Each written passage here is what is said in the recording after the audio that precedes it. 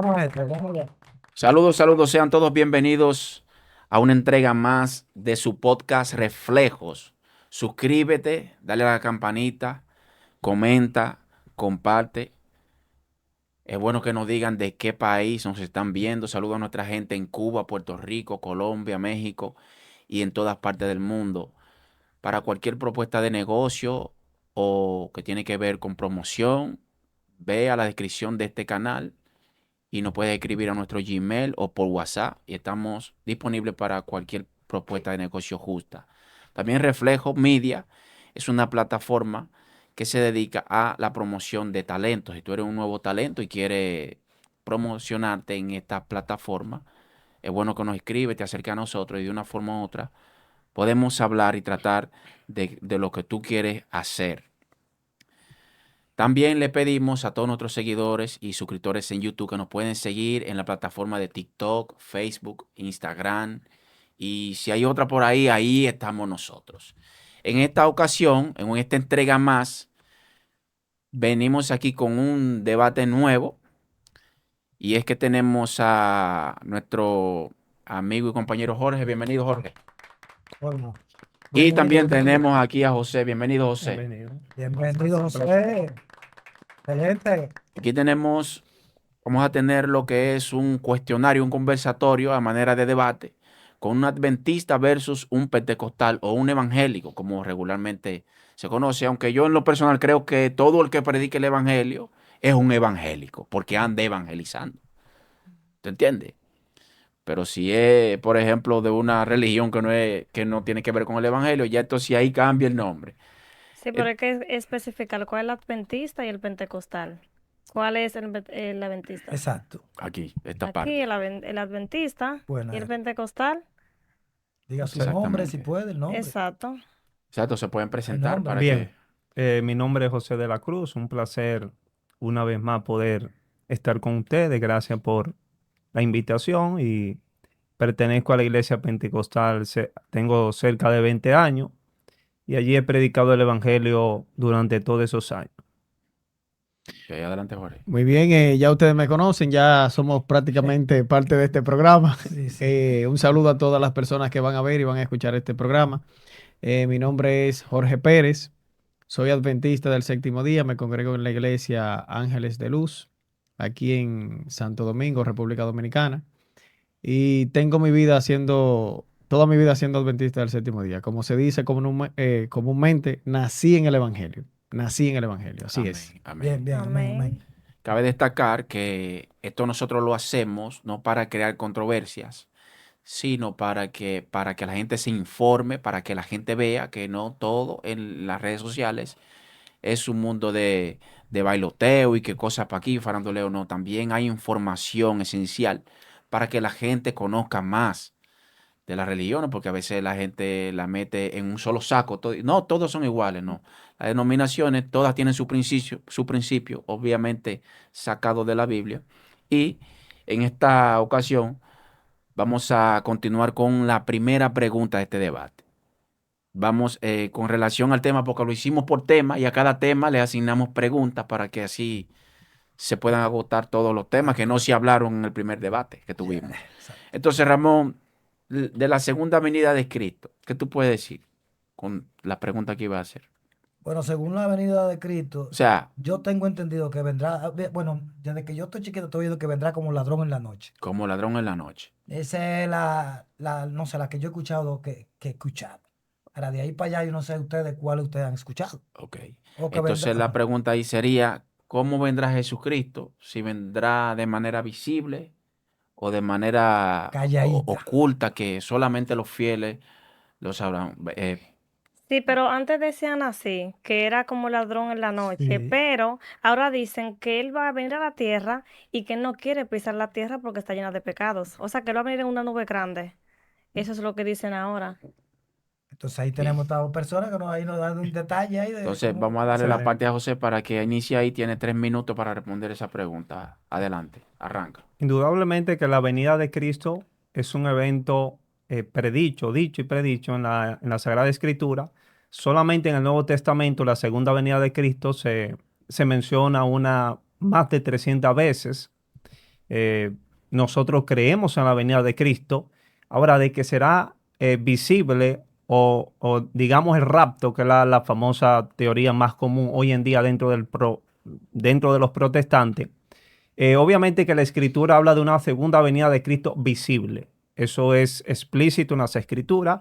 Ya el tema de si es el rapto, si es visible, tiene que ver dependiendo de las posturas, la postura con relación a la idea de la pretribulación o de la media tribulación o de la postribulación. Con esto me refiero a que hay quienes creen en la venida de Cristo previo a la tribulación, a la gran tribulación que nos expresa básicamente el libro de Apocalipsis. Hay otros que creen que va a levantar la iglesia en medio de la gran tribulación y hay otros que creen que será en la postribulación. Indudablemente que a partir del siglo XIX, la teoría predominante o digamos la interpretación más predominante ha sido que Cristo viene antes de la gran tribulación, es decir, que va a levantar la iglesia antes de la gran tribulación. Pero indudablemente que ahí tendríamos que plantear un rapto, ¿verdad? Que sería lo que le llamamos el levantamiento secreto de la iglesia. Entonces, tendríamos que dividir la venida de Cristo en dos etapas. Pero indudablemente que la Biblia habla de una venida de Cristo, la segunda venida, de manera visible. Listo. Correcto. Lo hizo rápido, casi 2 minutos. Adelante, Jorge. Bueno, la Biblia es bastante clara con respecto a la segunda venida de Cristo. Indudablemente que es un acontecimiento visible, 100% visible. Nosotros, los adventistas del séptimo día, creemos que la segunda venida de Cristo, todo ojo le verá. Como dice el libro de Apocalipsis 1:7, aún los que le traspasaron, es decir, aún las personas que crucificaron, que mataron a Jesús, van a resucitar para ver el segundo advenimiento de Cristo Jesús. No solo eso. Si ustedes estudian el libro de Mateo, el capítulo 24, los discípulos se interesaron en conocer las señales de la venida de Jesús y su regreso. Y Jesús fue muy explícito en cuanto a su segunda venida. Él mismo, no otra persona describiendo la segunda venida, él mismo. Jesús dice que su venida será como un relámpago que se muestra en el oriente, que sale en el oriente y se muestra hasta el occidente. Es decir, atraviesa el cielo. Yo les pregunto, y aprovechando que estamos en una temporada de lluvia, cuando cae un relámpago, cuando cae un rayo, ¿hay necesidad de que yo le diga a ustedes, miren, está cayendo un relámpago? ¿O ustedes por ustedes mismos lo pueden ver? Lo podemos ver por nosotros. O escuchar. Lo pueden ver porque el relámpago es un evento audible y visible. Exactamente. Jesús comparó su venida, su regreso, precisamente con esa figura, la de un relámpago que atraviesa el cielo. Repite el versículo, por favor, de esa. En Mateo 24. Mateo 24. En todo ese capítulo ustedes van a encontrar que Jesús compara su venida, por ejemplo, con un relámpago. Mateo 24, 27, lo pueden leer. Pero no solamente eso, sino que la Biblia dice que en el libro de Mateo, ahí mismo, Mateo 24, 30, que todas las naciones de la tierra, escuchen bien lo totalitario que es, todas las naciones lo van a ver. Y todas las naciones también se lamentarán. Esto despeja cualquier duda de que solamente los cristianos van a ver a Jesús, ya sea un arrebatamiento o lo que sea. Porque ¿quiénes se van a lamentar? ¿Los cristianos o los que no se prepararon? Los que no se prepararon. Los que no se prepararon. Los cristianos están preparados. Entonces, ¿cómo dice la Biblia? Que ellos lo van a ver y se van a lamentar cuando lo vean porque no se prepararon. Entonces, esto despeja la duda de cualquier idea de que solamente un grupo lo va a ver. La Biblia es bien clara en el libro de Mateo 24, 30 y Mateo 24, 27, de que todo ojo le verá, de que todas las naciones de la tierra lo van a ver y se lamentarán. Y con respecto, quiero decirle esto, Tiempo, bien claro. Listo, ya. Ahí llegamos a los 3 minutos. ¿Está bien? Entonces vamos a la siguiente. Vamos a pasar ahora al tema de la gran tribulación, porque también se habla de una tribulación que tiene, yo sé que está relacionada también con la segunda venida de Cristo.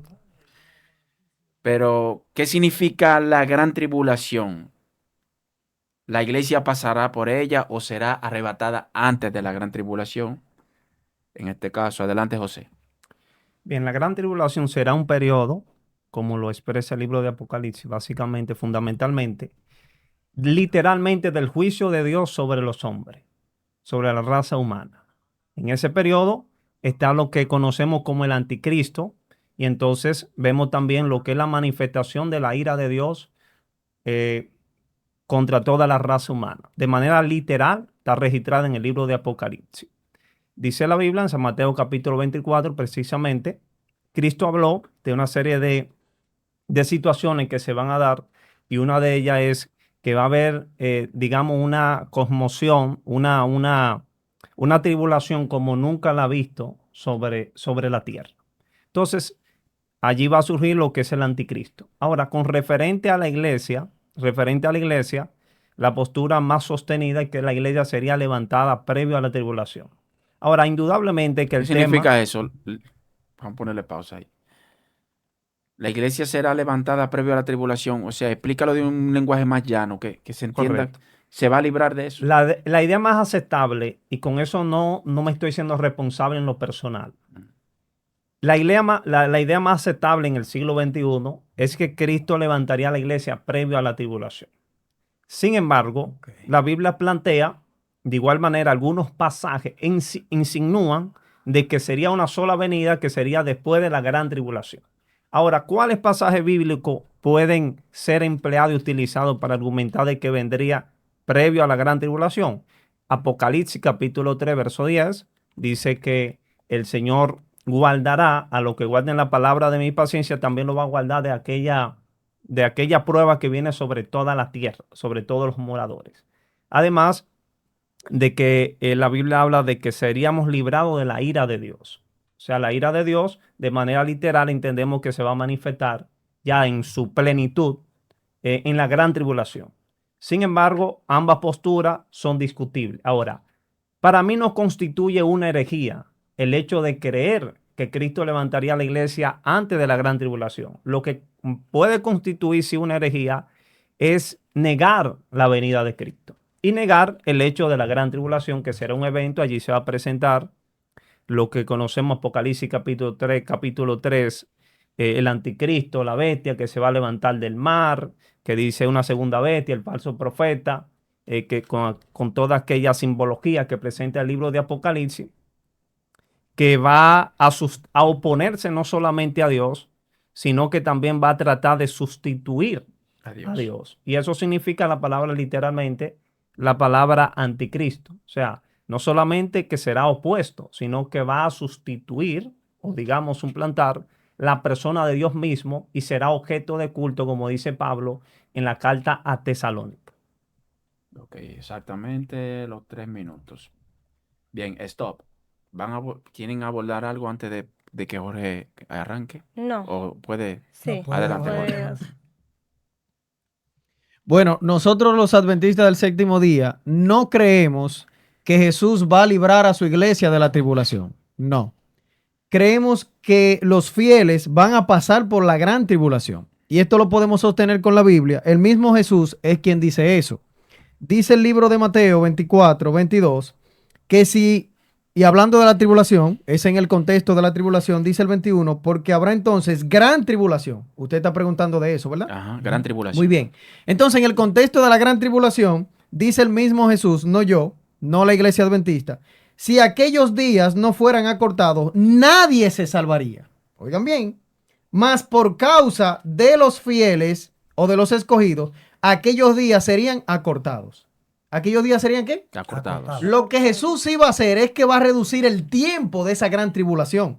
No es que va a librar a su iglesia de la tribulación. Yo les pregunto a ustedes, el pueblo de Israel, cuando cruzó el Mar Rojo, ¿Dios lo libró de pasar el Mar Rojo? Sí. No, ellos pasaron el Mar Rojo. Sí lo Dios lo que Sí, le abrió lo un pasaron. camino en el Mar Rojo Para que crucen. para que crucen. Es decir, le allanó el camino, pero tuvieron que pasar la prueba.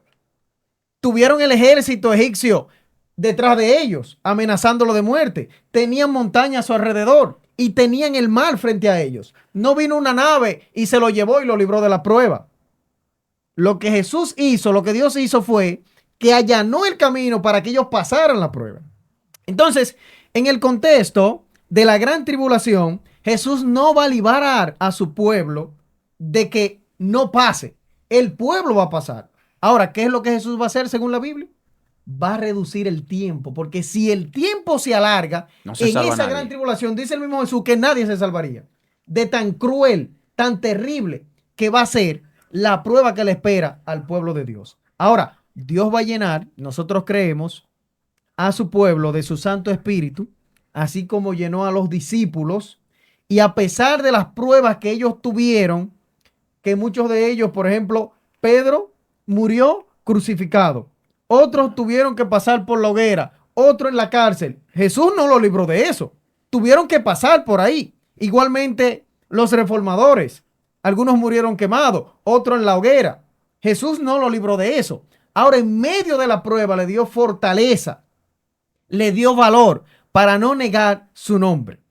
¿Se entiende bien? Se entiende. Y para eso Dios va a dotar a los fieles de su Santo Espíritu, para que a pesar de las pruebas y las dificultades, la gran tribulación, como conocemos en el contexto escatológico final, el Señor va a fortalecer a su pueblo para salir vencedor. Stop. Ahí, exactamente. Esto están administrando bien su tiempo. Estos líderes saben. ¿Quieren abordar algo antes de pasar a la siguiente? No, de ese Ramón, caso no. José, Ramón. Bueno, estamos hablando de la tribulación, ¿verdad? Después de la muerte. Después Sí, de la después muerte de la existe muerte. una Espérate, vida. hay una pregunta porque Ajá. este me fue un paso adelante porque hay otra pregunta ahí en el cuestionario que yo quiero que José, por ejemplo, ya tú tuviste una parte que tiene que ver con esa pregunta. Ya sabemos tu posición con relación a eso. Y es que en la antigüedad los fieles pagaron con su vida, muchos pagaron el precio de predicar el evangelio. ¿Crees que la iglesia de este tiempo también tendrá que pasar por algo similar por predicar a Cristo? ¿O eso es lo que le llaman la famosa persecución adelante? Sí, bien. Sí, Jesús lo predijo en San Mateo capítulo 24 y precisamente él habló de esa persecución de manera literal contra aquellos que predicaran o se identificaran con la persona de Cristo. En la primera era del cristianismo, digamos la iglesia primitiva, y hablando de la historia del cristianismo, se suscitaron grandes persecuciones en contra de los fieles cristianos. Sin embargo, para los últimos tiempos, la Biblia predice en Mateo capítulo 24 y un numeroso pasaje bíblico del Nuevo Testamento nos motiva a mantenernos firmes pese a esa gran persecución que va a ocurrir para los últimos tiempos. Ahora, muchos, felizmente o no, no tendrán el privilegio porque la Biblia presenta el sufrir por causa del Evangelio como un privilegio. Es importante. Lo mismo podemos decir de la muerte de Cristo, de la muerte de los mártires, que nos presenta la historia y que nos presenta la Biblia. La Biblia no presenta la muerte de Cristo ni la muerte de los mártires como un fracaso, sino como un privilegio. De hecho, la historia contempla que el apóstol Pedro, que lo habrían de crucificar como el maestro, digamos historia extrabíblica, porque no hay un registro bíblico, prefirió que lo crucificaran con la cabeza para abajo para él no morir como su maestro. De manera que morir por la causa de Cristo o ser perseguido por la causa de Cristo, según dijo Cristo, constituye un privilegio para los creyentes, que en medio de esa gran tribulación, en medio de esa persecución, deberá mantenerse firme, ya que esto constituye un privilegio. Porque si nosotros tenemos grandes héroes de nuestra patria que dieron su vida, ¿cuál fue el resultado? ¿Positivo o negativo? Positivo. Lo vemos a ellos como figuras importantes de nuestra sociedad y fueron triunfantes pese a que dieron su vida y fueron perseguidos por intentar rescatar valores patrióticos. Ejemplo. Entonces, lo mismo va a ocurrir para los creyentes. Nosotros sí admitimos por la Biblia que los creyentes van a pasar ciertas persecuciones que nos presenta la Biblia previo a lo que es la venida de Cristo, porque así lo presenta, sobre todo San Mateo capítulo 24, que dice que seremos aborrecidos de toda la gente por causa de mi nombre. Lo dijo Cristo literalmente. Hay otras expresiones en el Nuevo Testamento que también abordan el tema de la persecución en contra de los fieles cristianos para los últimos tiempos. Ok, excelente. ¿Algo que abordar con relación a eso o pasamos a la otra? Pasamos a la otra. Ahí entonces entra la pregunta que tú hiciste con relación Sí. a la muerte. Repítela. Sí, que como... Si después de la muerte Ajá. existe una vida consciente O la o hay una resurrección resurrección, o sea, una después, resurrección o hablar de una después. resurrección En después. este caso le toca a él, porque él terminó ahora de No, abordar. los Bien. dos no importa. O- eso Es no- no para, importa. la pregunta es para los dos. Sí, siempre las preguntas Exacto. van a responder según su Hay que- posición. Repite la pregunta, por favor. Si después de la muerte existe una vida consciente o después de hay una Hay una resurrección. resurrección. Ok, ok. Bueno, Va. me voy a poner yo de ejemplo. Yo muero ahora mismo. Ujú. Sucede conmigo lo que dice la Biblia. El polvo vuelve a la tierra de donde vino Sí. y el espíritu vuelve a Dios que lo dio. Le invito a hacer un ejercicio ahora. Sopla en su mano. Eso se llama aliento de vida. Exacto. Eso le pertenece a Dios. Dice el libro de Génesis 3, 19, que Dios modeló al hombre del polvo de la tierra. Esto que está aquí se llama carne. Ujú. Eso es materia que vino del polvo. Por eso cuando uno muere, se convierte en gusano. Y se cumple lo que dice la Biblia. Del polvo eres. Y al polvo, al polvo volverás. Exacto. Ahora, el aliento de vida, eso le pertenece a Dios. Porque Dios sopló en la nariz de ese muñeco de barro llamado Adán cuando no tenía vida. Y ese aliento se incorporó en él. O mejor dicho, ese aliento le dio vida al cuerpo. Y entonces ahí fue cuando por primera vez, en esa unión de polvo de la tierra y aliento de vida, entonces se formó el ser viviente o el alma viviente. Viviente. En modo retrospectivo, ¿qué sucede con la muerte? Lo contrario a la vida. Se separa este aliento que De pertenece a Dios, va a Dios, y esta carne que es polvo vuelve a la tierra. Ahora el aliento no piensa, el aliento no ama, el aliento de vida es simplemente eso, aliento de vida. Hay solo pensamiento cuando se unen ellos dos. Igual que el bombillo. Funciona si hay electricidad, perdón, igual que la luz. Funciona si hay electricidad y está el bombillo. Si uno de los dos falta, entonces la luz no existe. Dice el libro de Eclesiastés 9, 4 al 6, los vivos saben que han de morir. Usted sabe que usted va a morir algún día. Pero ¿Y usted? claro, Claro. Pero los muertos nada eso saben. es correcto. Los muertos nada Saben saben. qué va a hacer. Su odio, su envidia, perecieron ya con él. Y no, escuchen aquí, y no tienen más parte de lo que se hace debajo del sol. Aleluya. Ya su amor, su envidia, su egoísmo, todo pereció hasta ahí. Hasta allá está la La muerte. diferencia será cuando venga Cristo, que le dará la resurrección, ya sea para vida eterna o para condenación y muerte eterna. Eterna. ¿Se entendió bien? ¿Se entendió? Sí. En Clarísimo. eso creemos. Esa es la parte suya. Vamos aquí. Esto, Vamos allá, señor. entonces, adelante, José. Bien, posiblemente en los temas anteriores teníamos cierta compatibilidad con la exposición del hermano ministro.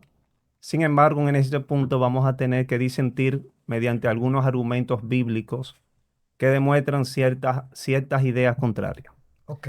Primero, quiero citar que en Eclesiastés capítulo 9, verso 9:5, precisamente el texto que citó, Ujú. lo escribe Salomón. Salomón escribe desde una óptica que es el escepticismo.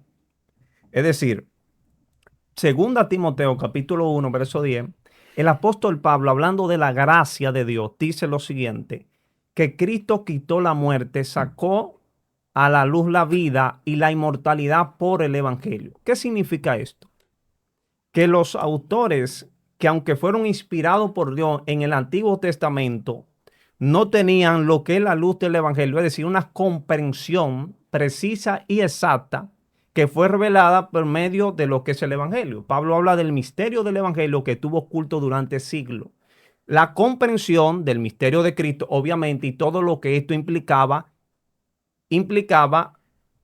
con relación a la persona, al ser humano, tanto en términos de la persona de Cristo en el plan de salvación, como en lo que implicaba en la inmortalidad. Ahora bien, hay varias posturas. Está la postura de la tricotomía, que presenta que el hombre es alma, cuerpo y espíritu.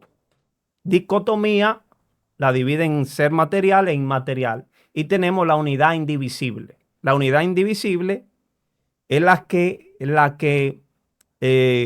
supone que el hombre espiritual, digamos el hombre inmaterial, no puede subsistir sin el hombre material, digámoslo así.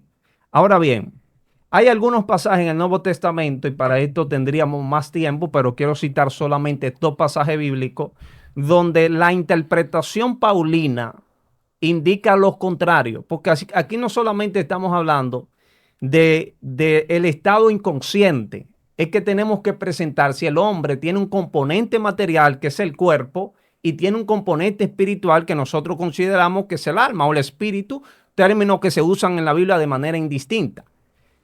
Por ejemplo, el apóstol Pablo, capítulo 2 Corintios, capítulo 5, verso 6, dice lo siguiente: por lo tanto, estamos siempre confiados y sabemos que mientras estamos en el cuerpo, note la expresión que usa Pablo, mientras estamos en el cuerpo, o sea, estamos en el cuerpo, estamos ausentes del Señor. Próximo 8 dice, pero confiamos y más quisiéramos estar ausentes del cuerpo, note la expresión, y presente al Señor.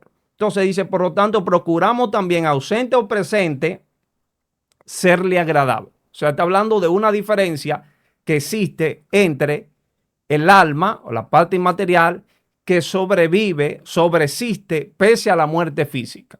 Eso está contemplado en el lenguaje paulino. Stop, a dejarlo ahí. Tiene como va a Seguimos, refutar Jorge. eso Sí, para Claro, tiene hay que como- refutarlo, porque hay preguntas que se han tomado menos tiempo. Esta podemos refutarla. Usted incluso puede volver a tener otra participación. Claro, Sí, claro. Pero creo que esta es hay una tiempo. de las preguntas más importantes del debate. Muy importante. Mm. Entonces, Yo tenía un adelante. concepto de que cuando una persona muere es como dormir, como un sueño, como un descanso como eterno, como dormir Ujú. y sin soñar. Entonces también otro concepto, porque hay personas que dicen como que existe la reencarnación. No sé Ok. si la reencarnación existe. ¿Existe la reencarnación? La resurrección, sí No, existe. la reencarnación La no. reencarnación no. Claro que sí. no. Yo sabía que la reencarnación existía. No es bíblico. Entonces, exacto, no es bíblica. Entonces la resurrección, ¿verdad? La resurrección Y sí. morirse para mí es como un sueño, o Sueño sea, como, eterno, como tú ajá, un dices. sueño eterno, exacto. Un sueño eterno sin soñar, como descansar. Así es. Eso es lo que enseña la próximo, Biblia. Y eso es lo que enseñamos. Para esa Exacto. respuesta tiene los 3 minutos. Adelante. No, y va acorde con eso y también refutando a lo que el ministro dijo. Miren, si usted quiere saber cómo se hizo un pan, pregúntele al panadero que hizo ese pan. Exacto. No le pregunte al mecánico, no le pregunte al herrero, pregúntele a ese Ni pan. al abogado. Si usted quiere saber cómo fue hecho el cuerpo humano, cómo fue hecho la vida, cómo fue hecho el ser humano, pregúntele a quién. A Dios. A Y voy a Dios. aclarar este Es el punto. que sabe ahí. Cuando Dios hizo al hombre, puso 2 componentes, no 3. El hombre, y quiero aclarar esto, el ser humano no tiene un alma.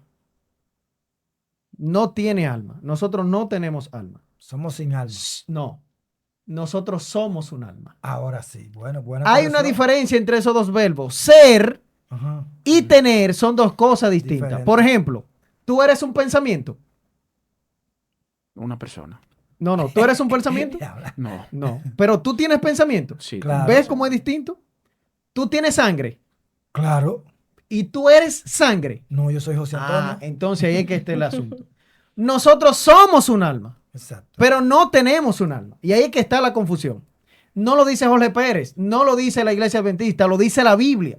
Si ustedes leen Génesis 2:7, lo voy a leer textual. Entonces Jehová Dios formó al hombre del polvo de la tierra y sopló en su nariz aliento de vida y el hombre fue un ser viviente. ¿Dónde está la palabra alma ahí? Dios puso un alma. No. Dice que Dios puso polvo, aliento y alma. No. Entonces, si en el inicio de la creación del hombre Dios no puso algo, ¿cómo es que después yo voy a inventar que el hombre tiene eso? Nosotros no tenemos alma, nosotros somos un alma. Somos un alma. Eso que dice, hay no alma que salvar. Cuando dice un alma que salvar, Exacto. hay una persona que salvar. Exacto. ¿Se entiende Ok. bien? Hay hasta Un un alma coro Ahora, con eso. ¿qué ocurre con el alma? Según Eclesiastés 12:7, entonces volverá el polvo a la tierra como lo que era, Polvo. polvo, y el espíritu volverá a Dios que lo dio. No dice el alma. ¿Qué sucede Esto. con el alma? Porque desde que esas dos cosas se separan, ya el alma no existe. No. Porque Ok. el alma es la unión de las dos. Te Si voy a las dos poner una están pausa. separadas, no son almas. Te voy a poner una pausa ahí Exacto. para que no te corre. Pero va a salir ese corte. Sí, sale. Claro. Ok. Porque el tiempo solamente corre cuando ustedes hablan. Para nosotros no se aplica el asunto del tiempo, para que Bien. no le robemos su tiempo. Cuando Sí. no es a eso que se refieren los cristianos cuando dice y el espíritu vuelve a Dios que lo dio. ¿No será eso que se refieren cuando dicen alma? Porque ellos dicen que No. sí, que tenemos una parte espiritual que no, que está independiente de la carne. Es que esa parte no es algo pensante, es simplemente la energía que le da vida al cuerpo, el espíritu. ¿Se entiende bien? Ok. O sea, estoy hablando del espíritu que Dios puso en el polvo, en el muñeco de barro, no lo que se ha inventado Hollywood, algo flotante que anda Un deambulando. aire. No es nada de eso. Sino la energía que le da vida al cuerpo se llama aliento de vida. ¿Se entiende bien? Y le voy a hacer una pregunta. Lázaro, el hermano de Marta y María, ¿era un hombre cristiano, sí o no? Ok, se te fue el tiempo ahí. ¿Se me No. fue? Sí. Oye, Esa parte la puedes dejar ahí para la próxima intervención. Sí, porque hay una pregunta. Ya se habló lo que es el alma Sí. y hablamos de la muerte. Entonces, ¿cómo es eso de que existen personas que han tenido contactos y han interactuado con seres queridos que han muerto? O sea, después que mueren, que han regresado del más allá. ¿Es esto posible? ¿Hay una parte bíblica que se puede, la iglesia predica esto o lo condena? Mira, ¿Entendiste la pregunta o te la puedo correcto. volver a hacer? No, lo No, entendí le entendí, perfectamente. bien. Bien, Adelante. rápidamente. Nosotros entendemos por la Biblia que, como dice Eclesiastés, los muertos están en un estado inconsciente respecto al tiempo real, al tiempo que nosotros. Es decir, no pueden tener contacto con los vivientes de la tierra. Esa parte queda clara. ¿Cómo nosotros definimos teológicamente la palabra alma? Primero, en el Antiguo Testamento se usa la palabra griega nefes y en el Nuevo, psique. Ambas palabras en el hebreo y en el griego, obviamente tenemos que aceptar que habla de la totalidad del hombre, lo que es el hombre como tal. Sin embargo, el término se usa de manera indistinta en la Sagrada Escritura. Por ejemplo, San Mateo capítulo 10, verso 28. Jesús dijo, no teman a lo que matan el cuerpo. Más bien teme a aquel que puede matar el alma y el cuerpo en el infierno. Fíjate cómo Cristo establece una diferencia entre el cuerpo y el alma. Ahora, la postura que niega esta verdad asume que cuando el O hombre sea, muere, que el infierno es real. Ahora mismo existe un infierno en la actualidad, por ejemplo, a esta hora. En la actualidad hay un infierno que está claro, ardiendo. claro, sobre todo el Nuevo Testamento te lo presenta de manera explícita. Ahora, hay otro punto. Esta postura se apoya, la postura contraria a esta se apoya sobre la base del término que ella mencionó, que es el término dormir.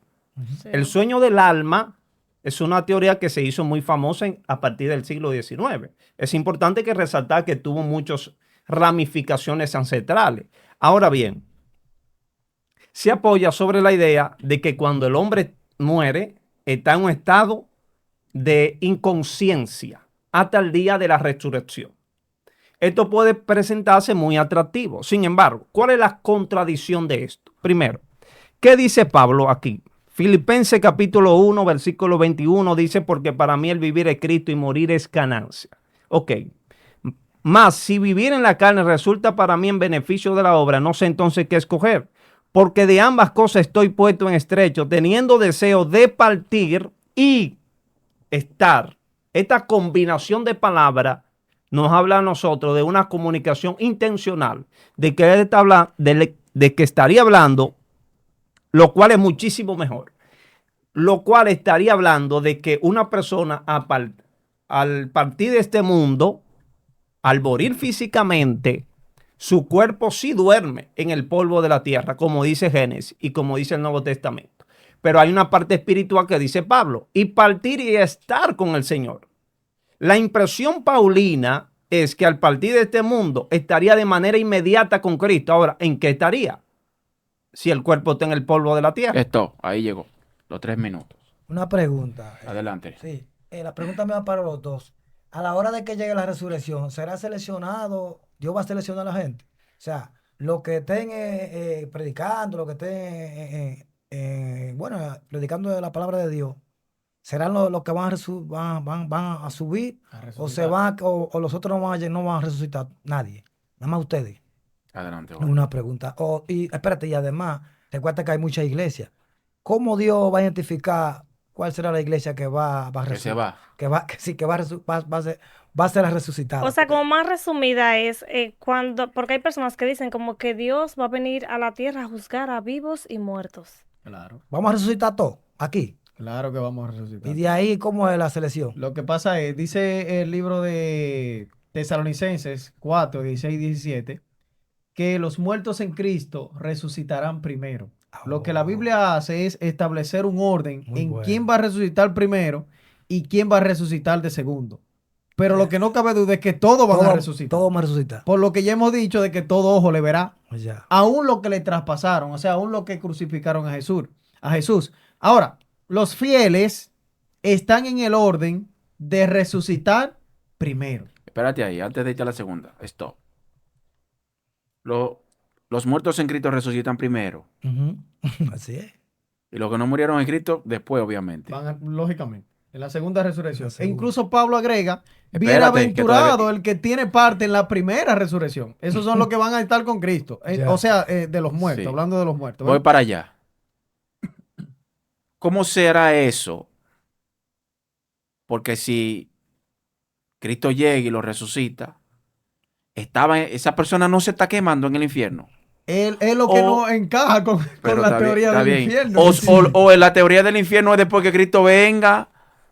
Varón puede mantener su respuesta a esta pregunta cuando él termine, obviamente. Sí, porque O Jesús lo sacó del infierno y lo trajo para que resuciten y se cumpla la escritura, o los que están en el cielo bajaron para que se cumpla la escritura. ¿Cómo será eso? Tiempo. Preguntas como esa es que derrumban la teoría de Sí. que cuando uno muere, de que hay gente que está en el cielo o en la gloria, no Sí. sé, y otro en el infierno o en el fuego, no sé cómo que le llaman a eso. Bueno, el caso es que eso contradice la Biblia, porque le voy a poner este sencillo ejemplo. Lázaro, que era un hombre cristiano.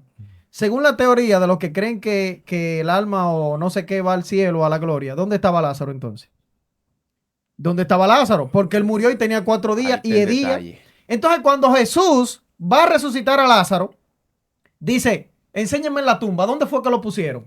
Donde ponen a todos los muertos. normal. La- Si Lázaro hubiese estado en la gloria, él hace la oración de donde estaba, no era necesario llevarlo a la tumba. Sin embargo, él fue a la tumba donde estaba el muerto y donde están todos los muertos, y le dijo, Lázaro, ven fuera. Ahora le voy a hacer otra pregunta.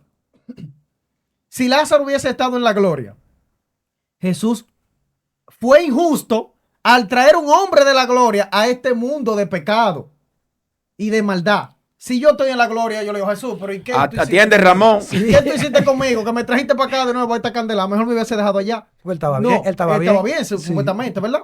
Exacto.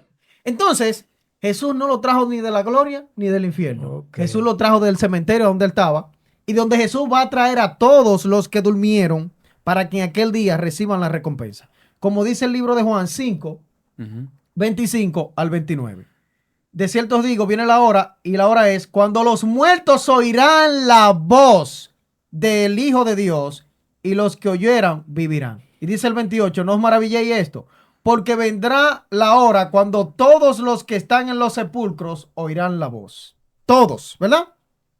Y los que hicieron lo bueno saldrán a resurrección de vida. O sea, los que van a recibir la vida no es ahora cuando mueran, es cuando Cristo los resucite. Lo dice aquí. Ok. Más los que hicieron lo malo a resurrección y condenación. Ok. Entonces está claro, que todos van a resucitar. Ujú. Los que hicieron lo bueno, Y lo malo. como los que hicieron lo malo. Ahora, la recompensa no se da ahora cuando tú mueres. La recompensa se da cuando Cristo venga y te resucite. Exacto. Porque la recompensa te la van a dar tú en tu estado consciente. Cuando Jesús te resucite. Stop. Hasta ahí llegamos. Varón, ¿tiene algo que abordar o eso? ¿Puedo pasar a la próxima pregunta? Bueno, solamente aclarar que el término Deja que aclare ahí. dormir en el Nuevo Testamento es un eufemismo. Es decir, se evita lo que es utilizar o terminar un lenguaje peyorativo, es decir, ofensivo con relación a la muerte. El término morir en la Biblia se usa de manera indistinta. Por ejemplo, yo le puedo poner un ejemplo a ustedes. A veces nosotros decimos, esa persona está como muerto, estoy diciendo que está muerto. No, quizá está muy pasivo, muy pacífico, está inactivo, pero está vivo. Tiene sus síntomas vitales. De manera que el término morir en el Nuevo Testamento y el término dormir que emplea el apóstol Pablo en la carta tesalónica se refiere a esa muerte física, que es obvia. Físicamente tú estás muerto. Ahora, espiritualmente la Biblia establece que el que muere en Cristo tiene vida eterna. Esa vida eterna implica que en ningún momento después que yo parta de esta tierra yo puedo estar lejos de la presencia de Dios. Entonces, tanto la explicación de Pablo en la carta a Filipenses que leímos hace un rato, que habla de ausente en el cuerpo y presente al Señor, está claro que la impresión nos permite ver a alguien que sabe y está convencido que al partir de este mundo estaría con Cristo de manera inmediata. Eso es innegable, conforme a la expresión que utiliza. De manera que aquí sí podemos sostener que el sueño del alma, que es una interpretación bíblica, que tiene sus argumentos bíblicos, pero hay que sostener que la verdad de esta doctrina, respecto a la verdad bíblica, se relaciona con el cuerpo. O sea, se relaciona con el cuerpo, pero hay un componente espiritual que es innegable. No lo podemos comprender en su magnitud, porque hay que considerar que quien hizo al ser humano, quien lo creó y que lo formó, en el libro de Génesis se narra como la declaración divina, o sea, cómo Dios hizo al hombre.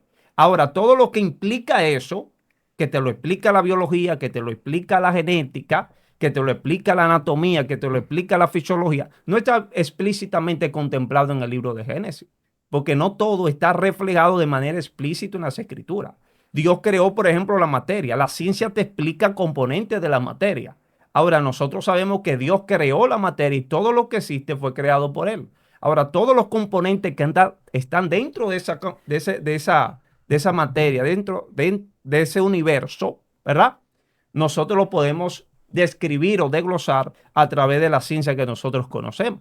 Entonces, lo que es el hombre como tal, que tiene un componente espiritual, que tiene un componente inmaterial, ni siquiera voy a mencionar la palabra Trinidad ni tricótomo. Voy a mencionar dicótomo, o sea, el hombre tiene un componente espiritual y un componente físico. Ahí llegó, exactamente. Están aprovechando bien el tiempo estos muchachos.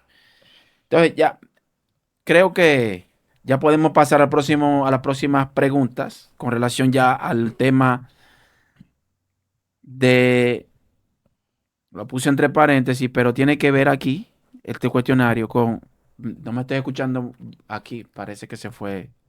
Yo te escucho ¿Me bien. escucha? Ok. Sí. Entonces continuamos. El diablo, pecado, ley de Dios. ¿Quién es el diablo según tu iglesia, según tu religión? No, el diablo es lo que dice la El Biblia. diablo. El diablo, que el Señor lo reprenda, se le llama en el libro de Apocalipsis la serpiente antigua, Ajá. que se llama Diablo y Satanás. Ok. Se le llama el engañador, se le llama también el acusador de nuestros hermanos, se le llama En simbología se le llama Azazel, también en simbología se le llama el Leviatán, en simbología, ¿verdad? Ahora, Leviatán. creemos que a quien se le llama hoy diablo fue un ángel de luz, Ujú. según el libro de Ezequiel 14 y Ezequiel 28. No cualquier ángel, era un querubín protector, según dice la Biblia. Se enalteció tu corazón a causa de tu hermosura, dice el libro de Ezequiel. Perfecto eras en todos tus caminos, Era bien. desde el día en que fuiste creado hasta el día en que se halló en ti maldad. Ahí se cayó todo. Sí, a Sí, causa pues, de era tus chévere, era bien. muchas contrataciones, o sea, era un ángel muy solicitado. Ustedes ven como cuando Muy alguien, querido, como dice. no, como cuando todo el mundo lo necesita y lo solicita. Mira, ¿qué tú crees de esto? Porque Lucifer ocupaba una posición encumbrada en el cielo. No todo ángel, escuchen aquí, no todo ángel tiene el calificativo de ser protector, porque el ángel protector es que está en la presencia misma de Dios el Padre. No todos los ángeles llegan a esa cercanía con Dios el Padre en su trono. Lucifer era uno de esos querubines protector, como le dice la Biblia. El motivo de su... Una pregunta, ¿cuántos diablos eran? Porque había uno que se llamaba Lucifer, Es el mismo. otro Arcángel Es el Miguel. No, no, mismo. no, no. No, no, No, no. no confundamos ahí. No, No, no confundamos Hay ahí. muchos diablos. No, no. Explícale El eso. Arcángel Miguel no, el diablo. El Arcángel Miguel. Pero que tanto nombre tenía el diablo. No, es que Satanás también le decían. también. Todos esos nombres tienen su San significado. Miguel. ¿No es No, lo San que Miguel es dice? otro. El caso es que en su inicio Dios lo creó perfecto en todos sus caminos, como dice el libro de Ezequiel, Ujú. pero algo, un misterio, esto es un misterio, Ujú. porque El nosotros pecado. tenemos razón para ser malos, porque ya hemos visto la maldad, pero él nunca había visto la maldad. En él se originó la maldad. Esto es un misterio, Raro eso. pero consistió en apartar su mirada del Creador y fijarla en él por su belleza y la gloria que tenía. Ok. Adelante, Jorge. ¿Quién es el diablo? El Usted. término diablo, Sí. primero, viene de la palabra diabolos, que significa acusador. Satanás es otro atributo, otro nombre calificativo, que significa adversario. Se está hablando de la función y de las características que a ese ángel caído le da la Biblia. Lucifer o luz, la Biblia contempla tanto en el libro de Isaías capítulo 4, verso 12 en adelante y Ezequiel, en doble sentido de la palabra, hablando tanto de, hablando Isaías, Ezequiel, hablando del rey de Babilonia, Isaías, por ejemplo, se refiere a ese personaje que fue detronado. Allí en el libro de Isaías dice, como caíste del cielo, oh lucero, hijo de la mañana, o estrella de la mañana, cortado fuiste por tierra, tú que debilitabas las naciones, tú que decías en tu corazón, subiré al cielo en lo alto, junto a las estrellas de Dios, levantaré mi trono en el monte del testimonio, me sentaré al lado del norte. Ahora, esta palabra es la que provocó, dice aquí, sobre las alturas de las nubes subiré. Eso decía Eso fue lo que Lucifer. provocó que él se rebelara contra Dios. Correcto. Ahí es que está ahí que se Correcto. descubre el misterio ahí, según lo Correcto. que usted dice. Sobre las alturas de la nube subiré y seré semejante al Altísimo. Fíjate la expresión. Y el profeta aquí lo pronuncia. Ahora, de igual manera, nosotros vemos que en el libro de Apocalipsis, capítulo 8, la Biblia contempla que hubo una gran estrella que cayó, refiriéndose de manera, digamos, metafórica a la persona, a Lucifer o a este ángel caído. Que es importante sostener que Satanás, el diablo, serpiente antigua, que son nombres para referirnos a ese ángel caído que se rebeló contra Dios y según la interpretación del libro de Apocalipsis, arrastró o conquistó la tercera parte de los ángeles. Y esta interpretación se basa en el libro de Apocalipsis, capítulo 2. Entonces, esos ángeles que fueron conquistados por Satanás es que la Biblia le llama demonios. Porque hay gente que no sabe que los demonios son los ángeles caídos que fueron en pos de Satanás. Y así como Satanás, hoy es el diablo, hoy es la serpiente antigua, así esos ángeles caídos que eran buenos, que estaban al lado de Dios, hoy en día son demonios, espíritu inmundo, como lo califica la Escritura. O sea, que el diablo tiene tiene también su gente, su coro, Claro que que le sí. llaman demonio. Correcto. Eso, ok, La ok, Biblia habla perfecto. de ángeles caídos, habla de principados, de potestades. Sí. Ahora, el príncipe de los demonios es ese ángel caído. El príncipe de El los patrón demonios. de ellos. Correcto. Sí, pues Pero hay es que- todo un equipo, como decimos, ese de hijo del maldad demonio. y de engaño. Sí. Entonces ya tendríamos que sacar otro escenario para hablar del papel de Satanás en este mundo, en el hombre como tal. Ok, stop. Entonces pasamos a la siguiente. Permiso y Sí, excúseme. sí, adelante, chica. Dicen como que al diablo no le gusta ese nombre, como que no le gusta que le digan diablo, diga sino Lucifer. Sí, porque es jodón el diablo, complicado. Bueno, no te voy a responder a sí, la palabra sí. Ahora, Lucifer o luz se refiere a ese calificativo de un ángel resplandeciente, de ese ángel que estaba en gloria. Luz. Diablo ya es un Con el término pechazo. donde le están reconociendo su enemistad de Dios y de la Y humanidad. se quilla. Claro. Jorge.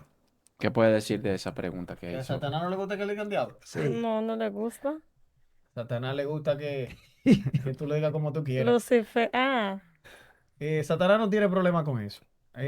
A Satanás lo que no le gusta es que tú hagas la voluntad de Dios. Mm. Cuando tú obedeces a Dios, Está todo el tiempo en contra. ahí es que Él te hace la guerra. Pero mientras tú estás del lado de Él, tú le puedes llamar como tú quieras. Él no tiene ningún problema con eso. Ahora, mientras tú estás obedeciendo a Dios, haciendo la voluntad de Dios, vas a esperar los ataques Bobo. férreos de Satanás. Bobo viene por ahí. Pero de ahí para allá, como tú le quieras llamar, Él no tiene problema con eso. Es lo que hace que se Ya. ríe. Entonces viene por ahí, pregunta. Hay una que la voy a obviar porque tiene que ver con esa. ¿Crees que tu iglesia respeta y guarda la ley de Dios o crees que no es necesario que ya Jesús abolió la ley en la cruz ¿Es para los dos o para el solo? para los dos? Exacto. Puede, Especifica ahí. para que ya José arranque y entonces arrancó el tiempo. Bien, la Biblia contempla que la ley y los profetas fueron hasta Cristo. Cuando hablamos de ley, no estamos hablando en términos absolutos. Estamos hablando de la ley ceremonial, ritual, ¿verdad? Esa ley apegada a lo que eran los sacrificios, que pretendían de alguna forma poder llenar las expectativas con relación al hombre versus Dios con relación al pecado. Ahora bien, nosotros sostenemos que sí vivimos bajo la ley, pero la ley de Cristo. La ley de Cristo exclusiva, ramificada en el Nuevo Testamento. ¿Significa esto que nosotros no ponderamos las leyes de Dios? No. Las leyes del Antiguo, contempladas en el Antiguo Testamento de manera per se como nosotros las conocemos, no. Ahora, ¿qué dice la carta a los hebreos? ¿Y qué dijo Pablo en su carta paulina? Que esas cosas eran figuras de lo que había de venir y que la ley nos condujo a Cristo. Fue un ayo, como dice Pablo, para conducirnos a Cristo y revelarnos nuestro estado pecaminoso.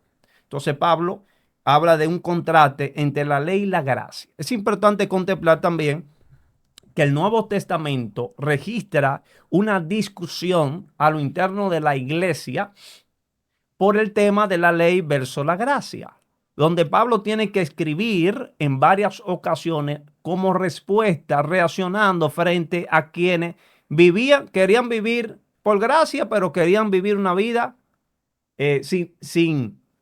digamos así, sin ley.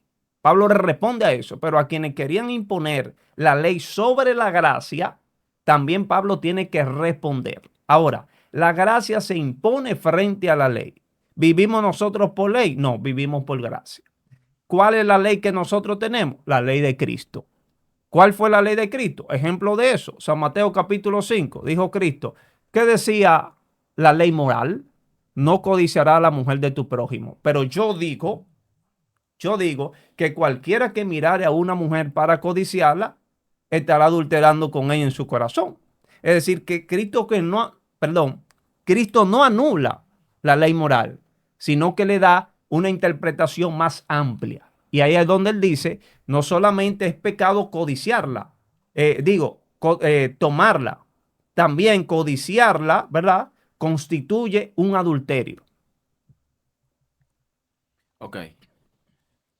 Jorge, la misma pregunta para ti. ¿Cree tu iglesia respeta la ley de Dios y la guarda o crees que fue abolida en la cruz? Claro, Adelante. muchos saben que la iglesia adventista es atacada con respecto a este tema, el tema de la ley, Ujú. porque nosotros defendemos la ley de Dios, creemos que la ley de Dios está vigente. Lo que hay que aclararle a las personas es la mala interpretación que las mismas personas le dan. En la Biblia hay varias leyes. Hay leyes ceremoniales, hay leyes rituales, hay leyes incluso hasta de higiene. Nosotros decimos que la ley que permanece vigente es la ley moral, como decía el ministro aquí presente. Esa ley moral es la ley de los 10 mandamientos. A esa nos referimos. Creemos que los De 10 Éxodo 20. mandamientos siguen vigentes, no 9, no 8, porque el que guarda todo y ofende en un punto es culpable de todos, dice la Escritura. Entonces, nosotros creemos que esa ley moral, los 10 mandamientos, son vigentes y no pasarán. De modo tal que la Biblia enseña en el libro de Apocalipsis 12, 17, que el diablo se airó contra aquella iglesia que guarda los mandamientos de Dios. Es decir, el diablo no está ¿De acuerdo? de acuerdo con Nunca. aquellos que guardan los mandamientos de Nunca. Dios. No está de acuerdo. Nunca en la vida. Incluso el libro de Hebreos, Hebreos 10, 6 al 17, dice que hubo un pequeño cambio que Dios hizo con su ley. Pero oigan, ¿cuál fue el cambio que hizo? Esa ley que antes estaba escrita en tablas de piedra, ahora Dios la inscribió ¿dónde? En los corazones. Es el único cambio que hay con respecto a la ley moral. Estoy hablando de los 10 mandamientos. Pero después decir que Dios abolió los mandamientos, eso sería una herejía. Porque algo que Dios lo Una escribió, pregunta, ¿la herejía qué? Especifica ahí un poco. eso sería, ¿sabe qué? Una falsa creencia, una falsa doctrina, una falsa Exacto. enseñanza Así que que contradice la Escritura. Decir Ok. que el Señor abolió sus mandamientos. Pudiéramos incluso hablar más de ese tema porque hay que aclarar, muchas personas, al hablar de la ley moral, la ley de los 10 mandamientos, lo que esté hablando de las leyes ceremoniales. Que no es lo mismo. No es lo No, mismo, no. no es lo mismo, porque como decía el ministro, esas leyes ceremoniales tenían su importancia, pero la finalidad era ¿qué? Era señalar a Cristo. Es decir, en cada una de esas leyes Cristo estaba revelado simbólicamente. Pero una vez que Cristo vino e hizo realidad todas esas cosas, ya no era necesario observar esas ceremonias, porque ya la realidad había llegado. ¿Y cuál era la realidad? Cristo Jesús. Exacto. Ahora, los mandamientos siguen vigentes. Porque si yo dijera, por ejemplo, No 8 ni 9, los 10. si yo dijera que yo puedo adulterar, o que puedo matar, o que puedo robar, entonces estaría cometiendo ¿qué? Un pecado. Un pecado. Ujú. ¿Y dónde yo sé que robar es malo? ¿Dónde yo lo sé? En los 10 mandamientos. En los 10 mandamientos. Normal. Es decir, Stop. si quitamos los 10 mandamientos, aquí todo el mundo va, es un desastre que va a haber. Hay un tema. Esto, páralo ahí, ya fue el tiempo ahí. Yo tengo una pregunta que yo siempre me he cuestionado un poco. Ya estamos cerrando. Ya estamos cerrando. Ya producción me está haciendo señas. Esta me la van a responder sin tiempo, pero me la van a hacer lo más resumida posible porque tenemos que hacer el cierre. Para usted como cristiano, ¿qué significa Jesús murió por mí? ¿Qué es lo que se entiende por eso? La más alta expresión de amor, que lo hizo mediante el sacrificio perfecto para la remisión de nuestros pecados. La Ok. más alta expresión del amor de Dios hacia el hombre. Esa es su respuesta. Ahí está señor. resumido un poquito. Para usted, ¿qué es lo que significa que Jesús murió por mí? La paga del pecado es la muerte. Romanos 6, 23. ¿Por qué muere Jesús? Más la dádiva, o sea, el regalo de Dios, es perdón y vida eterna en Cristo Jesús, Señor nuestro. Cuando Jesús murió por mí, Él lo que hizo fue, atiendan aquí, el pecador de la única manera que puede pagar la deuda del pecado es con la muerte.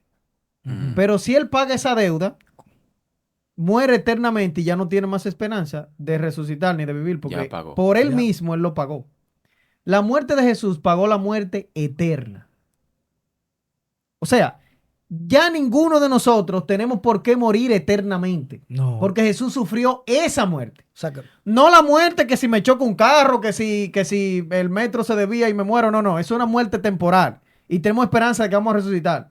Pero ninguno de los que están aquí tenemos por qué morir eternamente porque ya Jesús sufrió esa ya, muerte. exactamente. Con su muerte le dio esperanza a que todos aquellos que creen en Él y le acepten no tienen por qué sufrir la muerte eterna.